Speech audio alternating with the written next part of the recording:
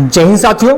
तो साथियों आज की क्लास में सीटेट के प्रीवियस ईयर के क्वेश्चन पेपर सोल्व करेंगे, जिसमें साथियों आपका जो एग्जाम 28 दिसंबर 2022 को हुआ था ऑनलाइन मोड में, उसमें कैलकुलेशन से संबंधित जो मैथ में 15 प्रश्न पूछे गए थे, उन 15 प्रश्नों को आज की क्लास में हम सोल्व करेंगे।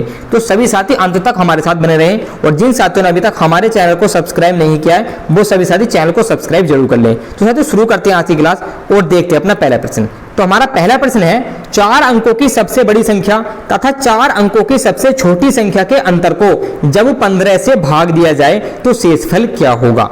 साथियों पहली बात है, क्वेश्चन को जरा ध्यान से पढ़ें। क्या दिया हुआ है, इसमें दिया हुआ है 4 अंकों की सबसे बड़ी संख्या। लिख लेते हैं, 4 बार 9 लिख दिया हमने, तो ये हमारी आ गई 4 अंकों की सबसे बड़ी संख्या। अब आगे क्या दिया हुआ है, 4 अंकों की सबसे छोटी संख्या। तो 4 अंकों की सबसे छोटी संख्या इसके नीचे लिख देंगे इस तरीके से, ठीक है। आगे दिया हुआ है इसके अंतर को, इनका अंतर मतलब घटा देंगे, घटाएंगे 9 में से 0 9 बचेगा, 9 बचेगा, 9 में से 1 घटाएंगे तो 8 बचेगा, यानी कि 8999 आ गया इन दो संख्याओं का अंतर, 4 अंकों की सबसे बड़ी संख्या और 4 अंकों की सबसे छोटी संख्या का अंतर। अब आगे क्या बोला गया है, इसमें क्वेश्चन में बोला गया है 15 से भाग दिया जाए। ये जो अंतर आया है इसको अगर हम 15 से भाग दे देंगे तो शेषफल क्या होगा, ये हमें बताना है, ठीक है।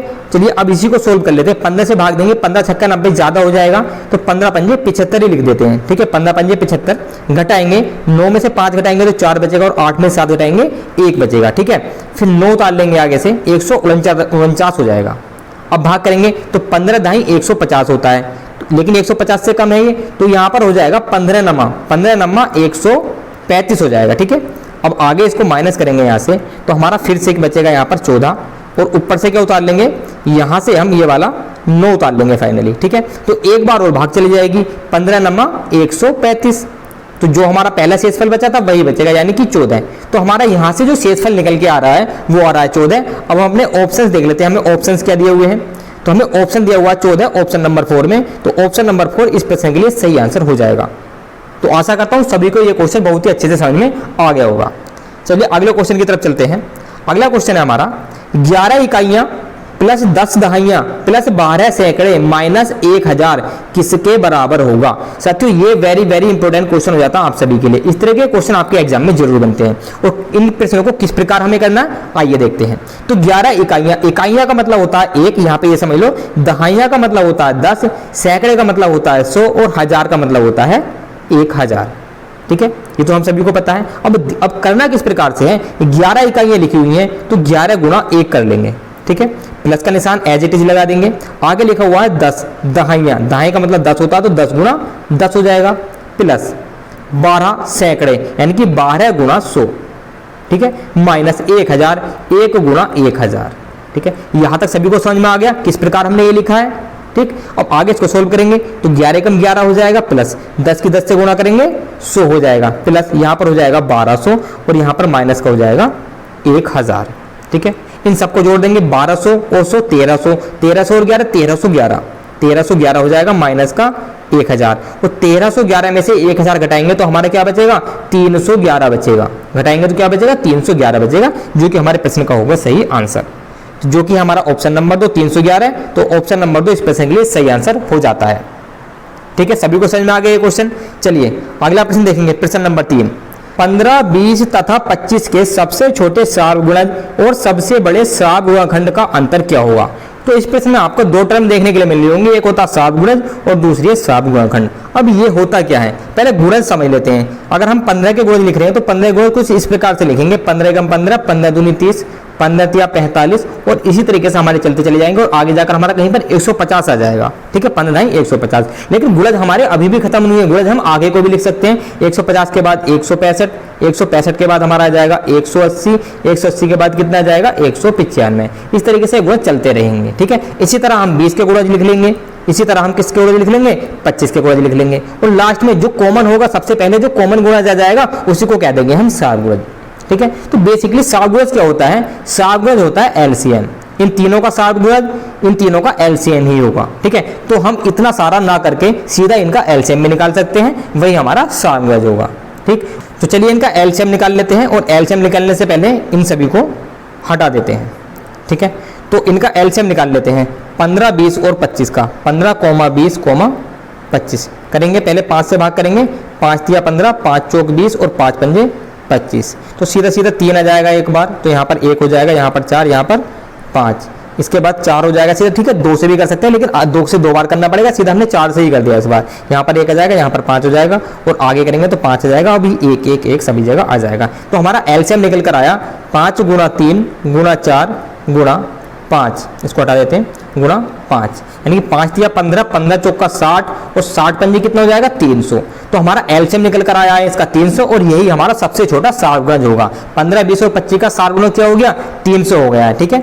अब बात करते हैं सार्वगुणनखंड की।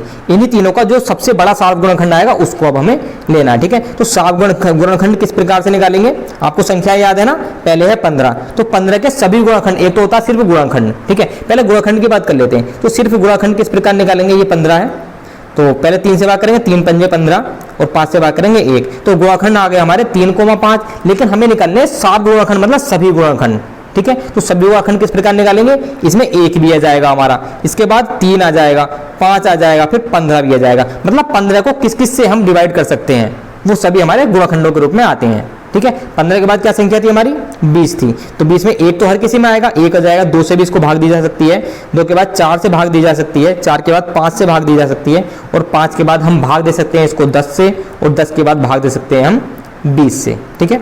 आगे 25 करेंगे इसी प्रकार, 1,5, और आगे 7, 8, 9, 10 से भाग नहीं दी जा सकती, इसको सीधा 25 से ही भाग दी जा सकती है, ठीक है। यहाँ पर तो हमें वो गुणनखंड देखना है जो सभी में कॉमन हो, सबसे बड़ा हो, ठीक है। सबसे छोटा तो 1 हो गया, इसमें भी है, इसमें भी है, इसमें भी है, लेकिन हमें देखना सबसे बड़ा, तो सबसे बड़ा क्या होगा, तो 5 यहाँ पर भी है, इसी में भी है, और इसमें भी है, तो सबसे बड़ा जो हमारा सार्वगुणनखंड हो गया इन तीनों का, वो हो गया 5, और जो हमारा सार्वगुणज निकल के आया था सबसे छोटा, वो था हमारा 300, ठीक है। ये दोनों हमें याद हो गए। अब हमें क्वेश्चन में बोला क्या गया था, ठीक है, एक बार क्वेश्चन को फिर से हम पढ़ लेते हैं। क्वेश्चन में बोला गया था कि 15, 20 तथा 25 के सबसे छोटे सार्वगुणज और सबसे बड़े सार्वगुणनखंड का अंतर क्या होगा, इन दोनों का अंतर निकालना था। तो 300 था हमारा इसका सार्वगुणज, और सार्वगुणनखंड आ गया था सबसे बड़ा 5, अंतर निकालेंगे तो कितना बचेगा 295, यानी कि 295, जो कि हमारा ऑप्शन नंबर 4, तो ऑप्शन नंबर 4 इस प्रश्न के लिए सही आंसर हो जाएगा।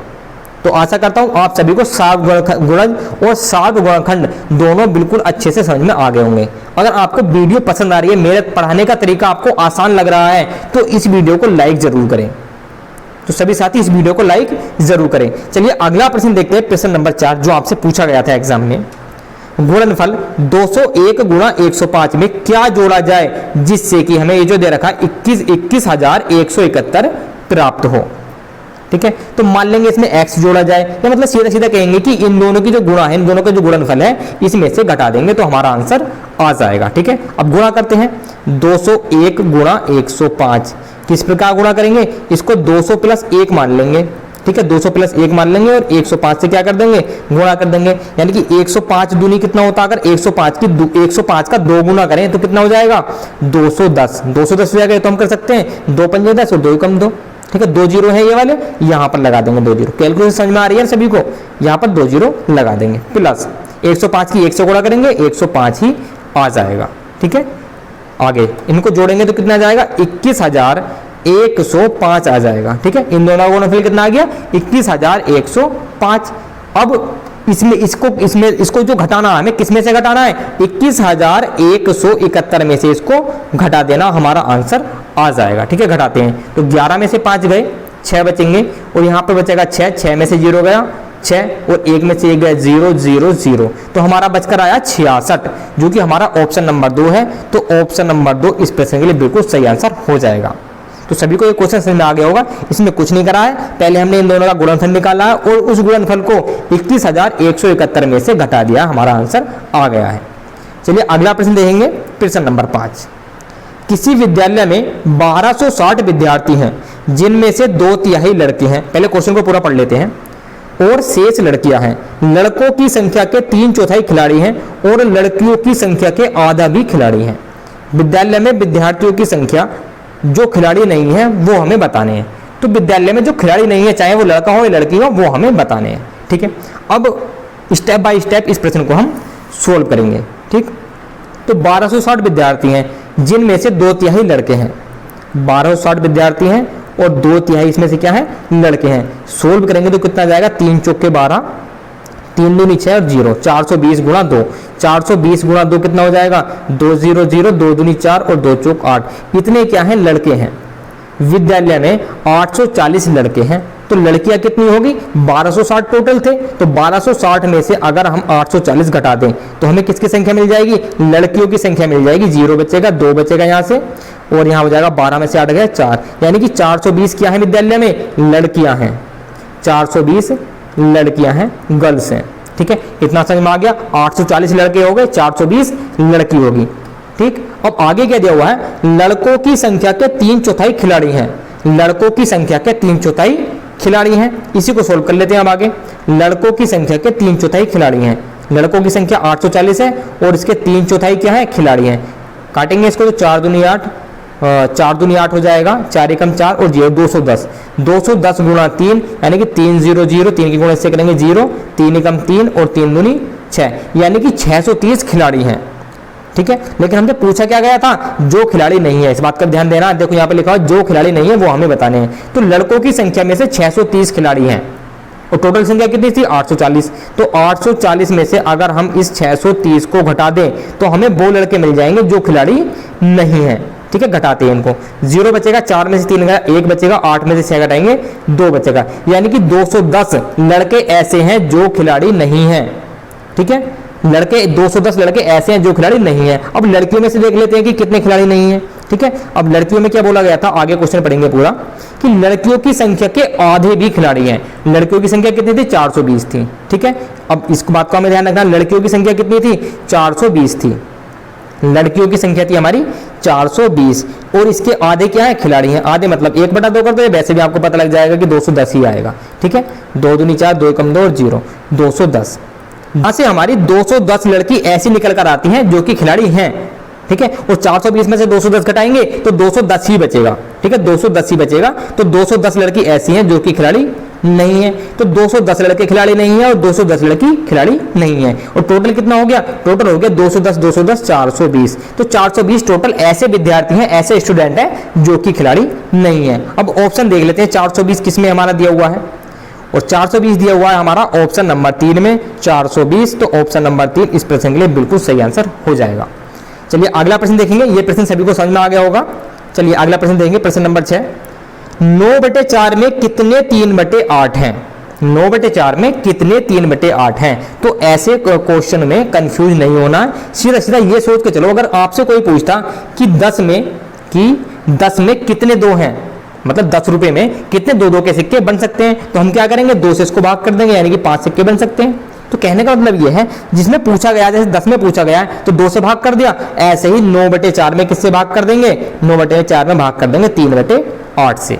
ठीक है, ये मैंने आपको इसलिए बताया था कि हम क्वेश्चन को अच्छे से लिख सकें। ये समझ में आ गया कि भाग का निशान लगा के क्यों लिखा है। ठीक है, क्योंकि 9/4 में निकाल लेंगे कितने 3/8 हैं, इस तरीके से भाग कर देंगे। और हमने ये पढ़ा, छोटी क्लासों में ये पढ़ा है कि यहाँ पर जो भाग का निशान है, इसको अगर हम गुणा में बदल दें तो हर ऊपर पहुंच जाएगा और अंश नीचे आ जाएगा, यानी कि हर का अंश बन जाएगा और अंश का हर बन जाएगा। ठीक है, इसी तरीके से सोल्व करेंगे, 9/4 यहाँ पर गुणा का निशान लगाएंगे, 8 ऊपर पहुंच जाएगा और 3 नीचे आ जाएगा। किस प्रकार आया है, क्योंकि यहाँ पे हमने भाग की जगह गुणा कर दिया है। ठीक है, और वैसे सोल्व करेंगे भाग देगा तब भी इस तरीके से ही आएगा। काटेंगे, 3 3 9 और 4 दूनी 8, 3 गुणा 2 बराबर 6, तो 6 बनेंगे। ठीक है, ऑप्शन नंबर 2 6 इस प्रश्न के लिए बिल्कुल सही आंसर हो जाएगा। बहुत ही आसान क्वेश्चन था। चलिए अगला प्रश्न देखेंगे, मीना ने एक सब्जी की दुकान से 3 किलो 650 ग्राम प्याज और 1 किलो 800 ग्राम टमाटर खरीदे, तो प्याज का भार टमाटर के भार से कितना अधिक है ये हमें बताना है। सीधा सब्ट्रैक्शन का क्वेश्चन है, अलग अलग जगह लिखकर इसको घटा देंगे। ये 3 किलोग्राम हो गया और 650 ग्राम, ग्राम अलग लिख लेंगे, किलोग्राम अलग लिख लेंगे, और यहाँ पर 1 किलोग्राम और 800 ग्राम टमाटर है। ठीक है, तो इसमें सोचने वाली बात बस यही है, यहीं पे थोड़ा सा दिमाग लगाना, 650 में से 800 नहीं जाएगा, तो जब हम यहाँ से 1 किलो निकालेंगे तो 1 किलो में कितना होता है 1000 ग्राम होता, तो 1000 यहाँ पर जुड़ जाएगा, यानी कि 1650 ग्राम ये हमारा हो जाएगा। और यहाँ पर कितना बचेगा 2 बचेगा। ठीक है, सोल्व कर लेंगे, 0 में से 0 गया 0, 5 में से 0 गया 5 और 6 में से 8 गया, 16 में से 8 गया 8। ठीक है, 16 में से 8 गया 8 और यहाँ पर 2 बचेगा, 2 में से 1 अगर हम घटाते हैं तो हमारा बचता है 1, तो 1 किलो 850 ग्राम, 1 किलो 850 ग्राम वजन ज़्यादा है प्याज में टमाटर से। तो ये हमारा ऑप्शन हो जाएगा ऑप्शन नंबर 4, 1 किलो 850 ग्राम। ऑप्शन नंबर 4 इस प्रश्न के लिए बिल्कुल सही आंसर हो जाएगा। चलिए अगला प्रश्न देखते हैं, प्रश्न नंबर 8। एक मानचित्र पर आधा सेंटीमीटर भूमि पर 225 किलोमीटर को दर्शाता है। मतलब जो मानचित्र में आधा सेंटीमीटर की दूरी है वो एक्चुअल में जो जमीन पर है वो 225 किलोमीटर की दूरी है। तो यदि दो नगरों के बीच की भूमि पर दूरी 1800 किलोमीटर हो तो मानचित्र पर उनके बीच की दूरी क्या होगी, यह हमें बताना है। तो बहुत ही आसान क्वेश्चन है, लगभग इस तरीके का क्वेश्चन है जैसे आपसे छोटी क्लासों में पूछा जाता था कि अगर 5 रुपए में आपको 2 पेन मिल रहे हैं तो 10 रुपए में कितने पेन मिलेंगे। ठीक है, इस तरीके का कोई क्वेश्चन है ये। तो देखेंगे इसको, 225 किलोमीटर जो भूमि है वो मानचित्र पर कितनी दिखाई गई है, आधा सेंटीमीटर दिखाई गई है, मतलब 0.5 सेंटीमीटर ये दिखाई गई है। ठीक है, तो 1 किलोमीटर किसके बराबर होगा, 225 किलोमीटर बराबर है 0.5 सेंटीमीटर के, तो 1 किलोमीटर बराबर होगा 0.5/225 के। तो यहाँ तक सभी को समझ में आ गया होगा। और वैल्यू किसकी निकाल लिया, 1800 किलोमीटर की। तो 1800 किलोमीटर किसके बराबर होगा, 0.5/225 गुणा 1800। ठीक है, अब इसी को सोल्व कर लेंगे, हमारा आंसर आ जाएगा। ठीक, सोल्व करते हैं इसको। पहले यहाँ पर काटते हैं हम 25 से ही काट लेते हैं। ठीक है, 25 से काटेंगे तो 25 नमा 225 हो जाएगा। 25 अट्ठे 200, 25 नमा 225 और अगर 25 से 1800 को काटेंगे तो ये कटेगा हमारा 25 अट्ठे 200, 25 सत्ते 175। हाँ, 25 सत्ते 175। तो यहाँ से कितना बचा हमारा, 5 बचा, 50 यानी कि 25 दूनी 50, 72 बचा। आगे 9 से काटेंगे तो 9 अट्ठे 72 यानी कि 0.5 गुणा 8। आगे गुणा करेंगे तो 8 पंजे 40 हो जाएगा। यहाँ पर दशमलव लगा देंगे, एक अंक के बाद दशमलव है, तो हमारा निकल कर आ रहा है आंसर 4। अब ऑप्शन देख लेते हैं, 4 किस में दिया हुआ है, 4 सेंटीमीटर। तो 4 सेंटीमीटर दिया हुआ है हमारा ऑप्शन नंबर 2 में, तो ऑप्शन नंबर 2 इस प्रश्न के लिए बिल्कुल सही आंसर हो जाएगा। तो आई थिंक आप सभी को ये क्वेश्चन बहुत ही अच्छे से समझ में आ गया होगा। चलिए अगला प्रश्न देख ले, प्रश्न नंबर 9। प्रश्न नंबर 9 है, 7 सही 1/2 दिनों में मिनटों की संख्या निम्न के सेकंडों की संख्या के बराबर होगी। मतलब 7 सही 1/2, ये जो है एक मिश्र बिंदी हुई है, पहले इसको साधारण बिंदु में बदल लेते हैं। ठीक है, साधारण बिंदु में किस प्रकार बदलेंगे, इन दोनों की गुणा कर देंगे आपस में और ऊपर वाले को जोड़ देंगे, यानी कि 7 दूनी 14 और 1 15, 15/2 दिन, 15/2 दिनों में जितने मिनट होंगे तो इनमें से जितने सेकंड होंगे, जैसे 3 घंटे में कुछ सेकंड होंगे, उनकी किस संख्या के बराबर होगा ये हमें बताना है। तो पहले 15/2 दिनों में मिनट निकाल लेंगे, मिनट इनमें होंगे कितने, तो 15/2 दिन। एक दिन में पहले निकालेंगे घंटे कितने होते हैं, 24 से गुणा कर देंगे। और 1 घंटे में कितने मिनट होते हैं, 60 मिनट होते हैं। ठीक है, तो यहाँ पर मिनटों की संख्या इस प्रकार आ जाएगी। काटेंगे इसको, 2 से काटेंगे हमारा 12 हो जाएगा। ठीक है, आगे जब हम इसको मल्टीप्लाई करेंगे 12 और 15 की गुणा करेंगे आपस में तो कितना आएगा, 12 पंजे 60 का 0, हासिल लगे 6, 12 कम 12 और 6 18, 180 गुणा 60, 180 गुणा 60 आ जाएगा। और आगे जब हम इसको सोल्व करेंगे तो हमारा आ जाएगा कुछ 2 जीरो के 2 जीरो ऐसे कैसे लिख लेंगे, 6 से गुणा करेंगे 8 में, 6 अट्ठे 48 का 8, हासिल लगे 4, 6 कम 6 और 4 10, यानी कि 10,800 मिनट। 15/2 दिनों में कितना होंगे, 10,800 मिनट होंगे। ठीक है, अब हमें क्वेश्चन देख लेते हैं दोबारा, क्या दिया हुआ है। इसमें दिया हुआ है कि निम्न के सेकंडों की संख्या के बराबर है। तो इन सभी में हमें सेकंड निकाल लेंगे कि इनमें कितने सेकंड होते हैं। तो पहले ऑप्शन नंबर 1 ही पकड़ लेते हैं, इसमें दिया हुआ 3 घंटे। तो 3 घंटों के क्या बनाने हैं, हमें सेकंड बनाने हैं। ठीक है, तो हमने यहाँ तक सोल्व कर लिया था। तो 3 घंटे के हमें सेकंड बनाने हैं, तो 3 घंटे के पहले मिनट बनाएंगे। तो 1 घंटे में कितने मिनट होते हैं, 60 मिनट होते हैं। तो 60 से गुणा कर देंगे। अब मिनट बनेंगे इनके, मिनट में 1 मिनट में कितने सेकंड होते हैं, 60 सेकंड होते हैं। तो फिर 60 से गुणा कर देंगे, यानी 3 घंटे में कितने सेकंड होते हैं, इतने होते हैं। सोल्व कर लेंगे इसको। ठीक है, सोल्व करेंगे और 6 छंग 36, 3600 हो जाएगा ये, गुणा 3। ठीक है, आगे जब इनको गुणा करेंगे 2 जीरो के 2 जीरो ऐसे कैसे लगा लेंगे, और 3 छंग 18 का 8, हासिल लगा 1, 3 3 9 1 हासिल का 10। तो हमारा ऑप्शन नंबर 1 ही मैच हो जाता है। ठीक है, इसमें भी हमारे कितने आ रहे हैं, सेकंड आ रहे हैं, इतने सेकंड आ रहे हैं। ठीक है, तो 10,800 सेकंड इसमें आ रहे हैं, इसमें कितने आते हैं हमारे, 10,800 मिनट आ रहे हैं। तो यही हमारे क्वेश्चन का सही आंसर हो जाएगा, ऑप्शन नंबर 1। ऑप्शन नंबर 1 इस प्रश्न के लिए बिल्कुल सही आंसर हो जाएगा। चलिए अगला प्रश्न देखेंगे, प्रश्न नंबर 10 ये रहा आपकी स्क्रीन पर। 30 सेंटीमीटर भुजा वाले घनों की संख्या जो एक घनावाकार बक्से जिसकी लंबाई चौड़ाई और ऊंचाई दे रखी है 7.2 मीटर गुणा 5.4 मीटर गुणा 1.8 मीटर है, उसमें रखे जा सकते हैं। तो हमें घनों की संख्या बतानी है, ठीक है। तो इस तरह के क्वेश्चन, घन और घनाभ वाले क्वेश्चन में हम क्या करते हैं, देखो घनाभाकार बक्सा है और उसमें हमें घन रखने हैं, तो यानी घन छोटा होगा, ठीक है। तो पहले घनाभ का आयतन निकाल लेंगे। घनाभ का आयतन किस प्रकार निकालेंगे हम, घनाभ का आयतन निकालेंगे तीनों की गुणा करके, लंबाई गुणा चौड़ाई गुणा ऊंचाई, जो कि दे रखा है 7.2 गुणा 5.4 गुणा 1.8, ये हमें दिया हुआ है, ठीक है। और घन का आयतन कैसे निकालेंगे, ये हमारा हो गया घनाभ का आयतन।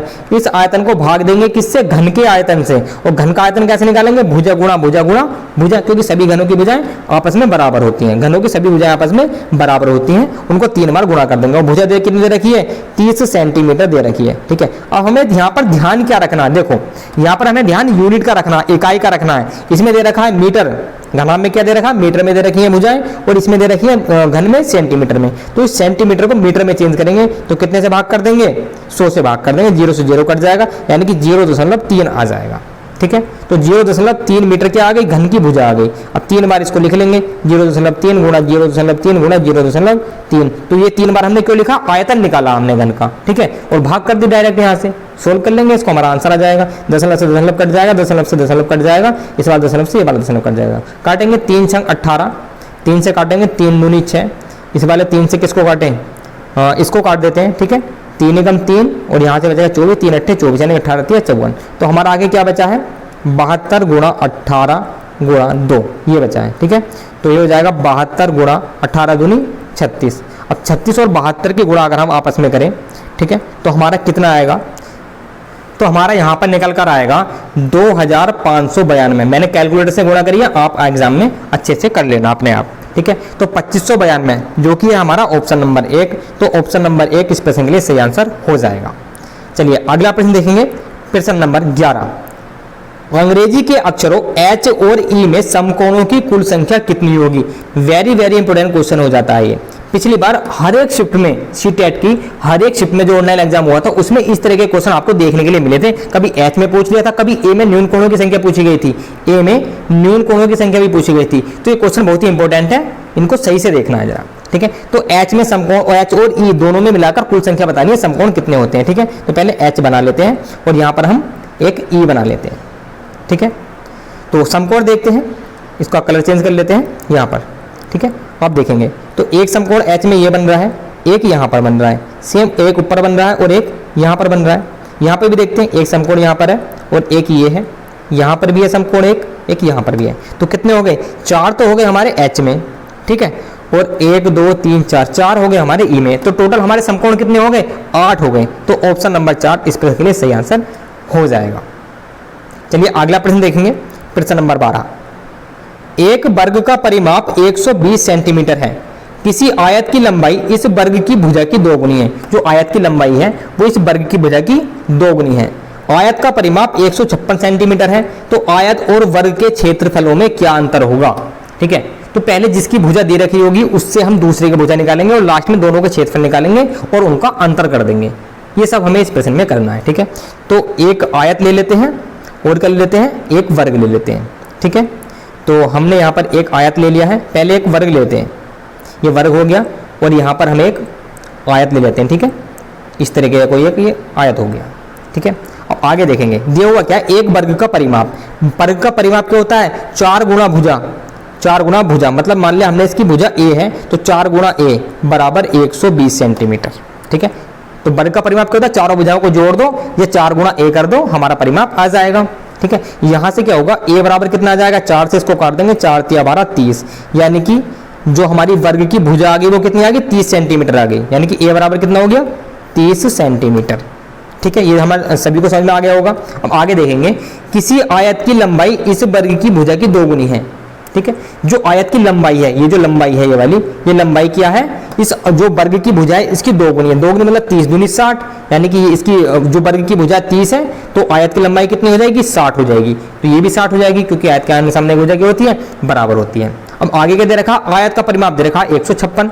अब आयत का परिमाप दे रखा, एक भुजा दे रखी है, लंबाई दे रखी है, मतलब तो चौड़ाई हम इसकी निकाल देंगे। आयत का परिमाप क्या होता है, आयत का परिमाप होता है 2 गुणा ब्रैकेट के अंदर लंबाई यानी कि L गुणा चौड़ाई यानी कि B, यहाँ पर B मान लेंगे इसको, ब्रॉड यानी कि, ठीक है, इक्वल टू में कितना दे रखा परिमाप इसका, इसका परिमाप दे रखा 156, 56। यहाँ से हमें b की वैल्यू निकालनी है। l की हमें पता लंबाई 60 दे रखी है, तो 2 गुणा 60 प्लस का b बराबर 156। अब आगे इसको हम सोल्व करेंगे, ठीक है, सोल्व करेंगे 2 की गुणा 60 से करेंगे तो ये हो जाएगा हमारा 120 प्लस का 2b बराबर 156। आगे 2b बराबर 156 माइनस का 120। 156 में से 120 घटाएंगे तो हमारा कितना बचेगा, 2b बराबर 36 बचेगा, ठीक है, और 2 से इसको काटेंगे 36 को, हमारा 18 बचेगा। यानी कि हमारी जो चौड़ाई आ गई आयत की वो कितनी आ गई, 18 आ गई। आयत की चौड़ाई लिख देते हैं हम यहीं पर 18, ठीक है, आयत की चौड़ाई हमारी 18 आ गई। अब हमें वर्ग की भुजा मिल गई 30 सेंटीमीटर और आयत की लंबाई चौड़ाई दोनों मिल गई 18 और 60। अब दोनों के क्षेत्रफल निकाल लेंगे, ठीक है, दोनों के क्षेत्रफल निकालेंगे। नीचे आप याद रखना इसकी भुजा कितनी थी और उसकी लंबाई चौड़ाई कितनी थी, यहाँ पर निकालेंगे। पहले वर्ग का निकालेंगे, वर्ग का क्षेत्रफल निकालेंगे। वर्ग का क्षेत्रफल क्या होता है, भुजा गुणा भुजा, यानी कि इसकी भुजा 30 दे रखी है, गुणा 30 कर देंगे तो कितना हो जाएगा, 3 3 9 यानी कि 900 वर्ग मीटर या सेंटीमीटर, ये और देख लेते हैं। तो इसमें सेंटीमीटर में दिया वर्ग सेंटीमीटर, 900 वर्ग सेंटीमीटर किसका क्षेत्रफल आ गया, ये आ गया हमारा 900 वर्ग सेंटीमीटर क्षेत्रफल आ गया हमारा वर्ग का, ठीक है। अब निकालेंगे आयत का क्षेत्रफल। आयत का क्षेत्रफल क्या होता है, लंबाई गुणा चौड़ाई। लंबाई कितनी है 60, क्योंकि एक लंबाई तो दी हुई थी इसकी, वर्ग की भुजा की 2 गुनी 60, और जो हमने निकाली थी चौड़ाई वो कितनी आई थी, यहाँ पर भी ये लिखा हुआ, यहाँ पर आई थी हमारी 18, ठीक है। 18 से इसको गुणा कर देंगे, 18 0 0 और 18 छक्का कितने होते हैं, 18 छक्का 108, यानी कि 1080 वर्ग सेंटीमीटर, 1080 वर्ग सेंटीमीटर। अंतर निकाल लेंगे, ज़्यादा कौन सा, आयत का क्षेत्रफल है। 1080 में से कितना घटा देंगे, 900 हम माइनस कर देंगे, तो 0 8 10 में से 9 गया 1, यानी कि 180 वर्ग सेंटीमीटर का अंतर आया है। तो 180 ऑप्शन देख लेते हैं किस ऑप्शन में है, तो 180 है हमारा ऑप्शन नंबर 4 में, तो ऑप्शन नंबर 4 इस प्रश्न के लिए बिल्कुल सही आंसर हो जाएगा, ठीक है। तो सभी को ये क्वेश्चन समझ में आ गया होगा। चलिए अगला प्रश्न देखते हैं। तो सभी साथियों से एक बार मेरा फिर से निवेदन है कि जिन साथियों ने अभी तक हमारी वीडियो को लाइक नहीं किया है वो सभी साथी वीडियो को लाइक जरूर कर दें एक बार, और जिन्होंने चैनल को सब्सक्राइब नहीं किया वो सभी साथी चैनल को सब्सक्राइब भी कर दें। तो साथियों देखते हैं अपना अगला प्रश्न, प्रश्न नंबर 13 आज की क्लास का हमारा। किसी टेस्ट में 25 विद्यार्थियों द्वारा प्राप्तांक नीचे दिए गए हैं। 25 विद्यार्थी और 25 विद्यार्थियों को जितने नंबर मिले हैं वो यहाँ पर है, यानी टोटल नंबर कितने हैं, 25 हैं। तो कितने विद्यार्थियों के प्राप्तांक 55 और 75 के बीच में है, ना 55 हो ना ही 75 हो, इन दोनों के बीच में कितने विद्यार्थी ऐसे जिनके अंक आए हैं। तो बहुत ही आसान क्वेश्चन है, सिर्फ काउंट करना है, 55 और 75 के बीच कितनी संख्याएं हैं ये वो हमें गिननी है। तो इस प्रश्न का आंसर, प्रश्न नंबर 13 का आंसर, इसका उत्तर आपको कमेंट में टाइप करके हमें बताना है। तो जल्दी से खुद से वीडियो को पॉज करके इस क्वेश्चन को सोल्व कीजिए अभी से, और इसका आंसर आपको कमेंट में लिखना है। तो जल्दी से इसका आंसर आप कमेंट में लिख दीजिए। चलिए अगला प्रश्न देखेंगे, प्रश्न नंबर 14। एक तालिका आपको दी हुई है और तालिका में क्या बोला गया है कि एक दुकानदार द्वारा सप्ताह के 6 दिनों में बेची गई पुस्तकों की संख्या दर्शाई गई है, ठीक है। कि दुकानदार ने रविवार को 65 पुस्तक बेची हैं, सोमवार को 40, मंगलवार को 30, बुधवार को 50, बृहस्पतिवार को 20 और शुक्रवार को 70 पुस्तकें उसने बेची हैं। अब हमें बताना क्या है, बताना है कि दुकानदार द्वारा रविवार, सोमवार और बृहस्पतिवार, रविवार, सोमवार और बृहस्पतिवार, रविवार, सोमवार और बृहस्पतिवार, इन तीनों दिनों में कितनी पुस्तकें बेची गई हैं, ठीक है। रविवार, सोमवार और बृहस्पतिवार को बेची गई पुस्तकों की कुल संख्या, और शुक्रवार तथा बुधवार को बेची गई, शुक्रवार तथा बुधवार को बेची गई पुस्तकों की कुल संख्या में अंतर कितना है, ठीक है।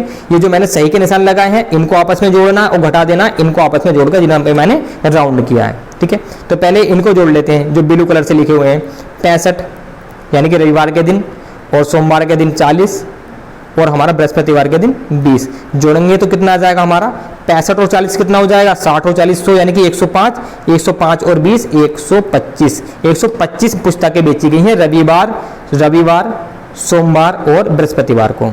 अब शुक्रवार और बुधवार को कितनी बेची गई हैं, 50 प्लस 70 यानी कि 120 बेची गई है। अंतर निकालना, 5 का अंतर आया है, तो 5 का अंतर आया, ऑप्शन नंबर 1 इस प्रश्न के लिए बिल्कुल सही आंसर हो जाएगा। तो इस तरह के क्वेश्चन भी आपको देखने के लिए मिल जाते हैं आपके एग्जाम में।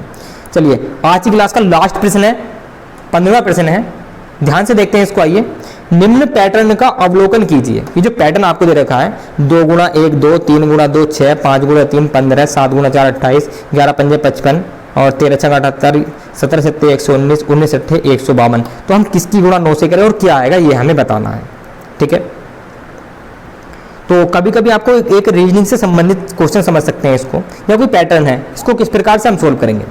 ठीक है, तो आप यहाँ पर देखिए, ठीक है, मैं कलर चेंज कर लेते हैं पेन का।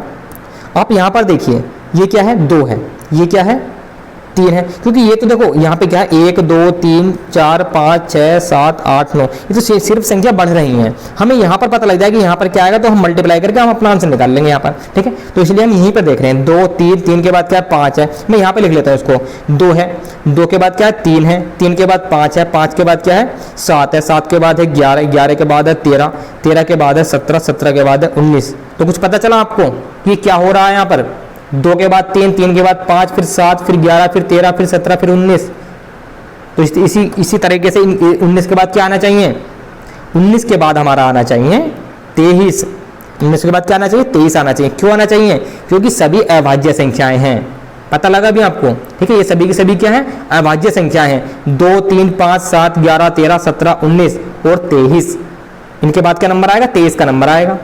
ठीक है, तो 23 भी क्या है, अभाज्य संख्या है। ये सभी अभाज्य संख्याओं का बढ़ता हुआ क्रम है यहाँ पर नीचे। ठीक है, तो 19 के बाद क्या आएगा, 23 आ जाएगा, और 23 की 9 से गुणा करेंगे। ठीक है, गुणा करने की जरूरत ही नहीं है, बस 23 किस में दे रखा है, 23 हमें एक ही ऑप्शन में दे रखा है, ऑप्शन नंबर 2। तो ऑप्शन नंबर 2 इस प्रश्न के लिए सही आंसर हो जाएगा। ठीक है, तो बहुत ही आसान ये क्वेश्चन था, बस थोड़ा सा ट्रिकी था। तो साथियों, ये थे हमारा जो 28 दिसंबर को आपका एग्जाम हुआ था सीटेट का 2022 का, उसमें जो 15 प्रश्न थे कैलकुलस से संबंधित, वो हमने आपको सोल्व करा दिए हैं। तो सभी साथी हमारे चैनल को सब्सक्राइब कर लें। इसी प्रकार आपको सभी क्वेश्चन पेपर मैथ के जो क्वेश्चन पेपर थे जो प्रीवियस में पूछे गए थे 2022 में, सभी आपको कराए जाएंगे बहुत ही आसान तरीके से, बहुत ही आसान भाषा में। तो आज के लिए इतना ही, हम आपसे कल मिलेंगे अगली क्लास में। जय हिंद।